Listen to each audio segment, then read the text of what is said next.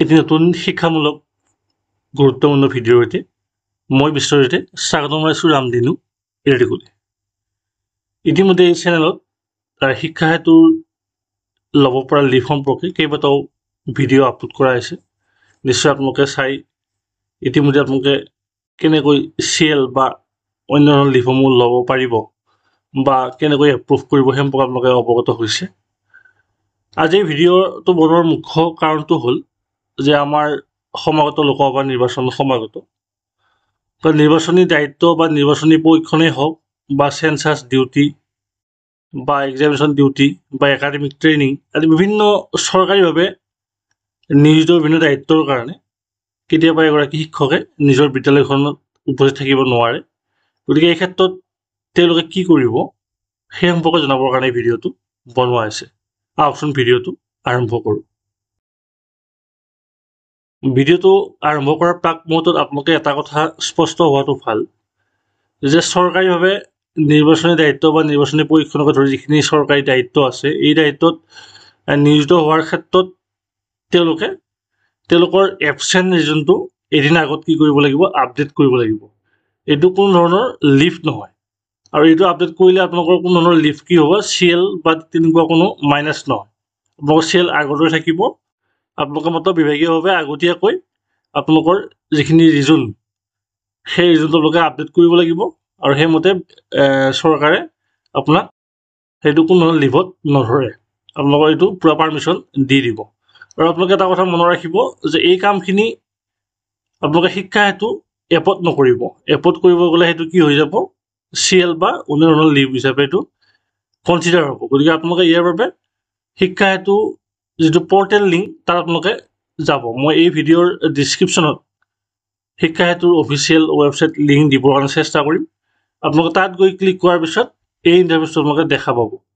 আৰু ইয়াত আপোনালোকে জানেই আপোনালোকৰ বিদ্যালয়ৰ ইউজাৰ ID আৰু পাছৱৰ্ড ব্যৱহাৰ কৰি আপোনালোকৰ ডিষ্ট্ৰিক্টখন চিলেক্ট কৰি তাৰ লগতে GCAPTCHA ক'ড আহিব। এইটো প্ৰতিবাৰেই প্ৰতিজন শিক্ষকৰ কাৰণে বেলেগ বেলেগকৈ কেপচাটো আহিব। আপোনালোকে এণ্ট্ৰি কৰি লগ ইন কৰি লওক। এতিয়া ছাকচেছফুলি লগ ইন হোৱাৰ পিছত এই ইণ্টাৰফেচটো আপোনালোকে দেখা পাব। ইয়াতে আপোনালোকে বাওঁফালে যি 3 লাইনছ আছে ইয়াতে ক্লিক কৰিব। ইয়াতে ক্লিক কৰিলে ইয়াত গোটেই মেনুখিনি ইয়াত আহি যাব। এতিয়া আপোনালোকে কি কৰিব, ইয়াত যে আছে টিচাৰ্ছ এণ্ড ষ্টাফ, ইয়াত আপোনালোকে ক্লিক কৰিব। ইয়াতে ক্লিক কৰিলে ইয়াত কেইবাটাও চাব মেনু খোল খাব।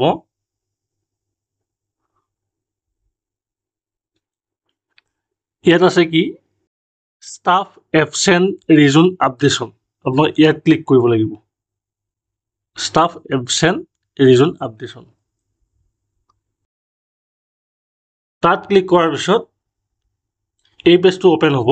ইয়াতে আপোনালোকে কি কৰিব লাগিব, আপডেট ৰিজনত আপোনালোকে ক্লিক কৰক।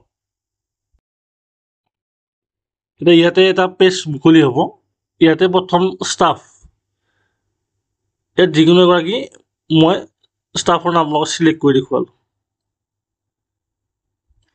তাৰ ডেটটো আপোনালোকে কিমান দিন, যদি আপোনালোকে এদিন হয় ইয়াত এটা তাৰিখে দিব, আৰু যদি ধৰক 2 দিন হয় আপোনালোকে সেই ধৰণে তাৰিখটো ইয়াত দি দিব।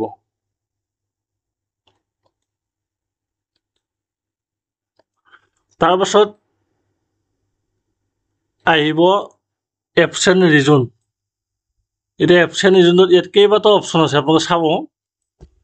ট্ৰেইনিং, ইলেকশ্যন ডিউটি, OD বা meeting half day, meeting full day, census duty, election duty, examination duty, আপোনালোকে যিটো হয়। এতিয়া বৰ্তমান যিহেতু ইলেকশ্যন ডিউটি বা ইলেকশ্যন ট্ৰেইনিংটোৱেই প্ৰাসংগিক হৈ আছে, গতিকে আপোনালোকে সেইমতে আপোনালোকে ইয়াতে ৰিজনটো দিব লাগিব। আৰু তাৰপিছত আপলোড ডকুমেণ্টত আপোনালোকে ক্লিক কৰিব লাগিব।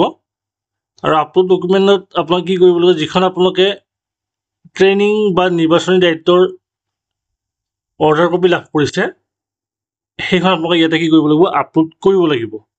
আৰু ইয়াত আপলোড ডকুমেণ্টৰ ক্ষেত্ৰত ইয়াত JPEG বা PNG বা PDF ফৰ্মেটত ছাপোৰ্ট কৰিব, আৰু মেক্সিমাম চাইজ 5 MB ওপৰত হ'ব নোৱাৰিব আপোনাৰ 5 MB বা তাতকৈ তলৰ আপোনালোকে সেই ফৰ্মেটৰ আপোনালোকে ডকুমেণ্ট ইয়াতে আপলোড কৰিব লাগিব তাৰপিছত আপোনালোকে কি কৰিব সাবমিটত ক্লিক কৰি দিব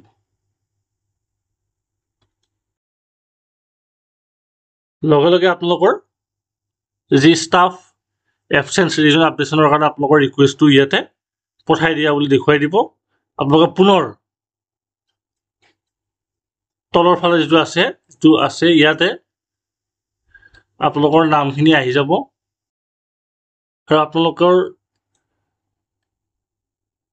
ইয়াতে serial number staff name staff mobile number মই যেটো ফাইনেল সাবমিট কৰা নাই গতিকে আপোনালোকে মই ফাইনেল সাবমিট কৰিলে ইয়াতে কি হ'ব নামখিনি ইয়াত আহি যাব যে applied date from date to date reason attachment status আৰু একশ্যন এই একশ্যনত কি বুলি আহিব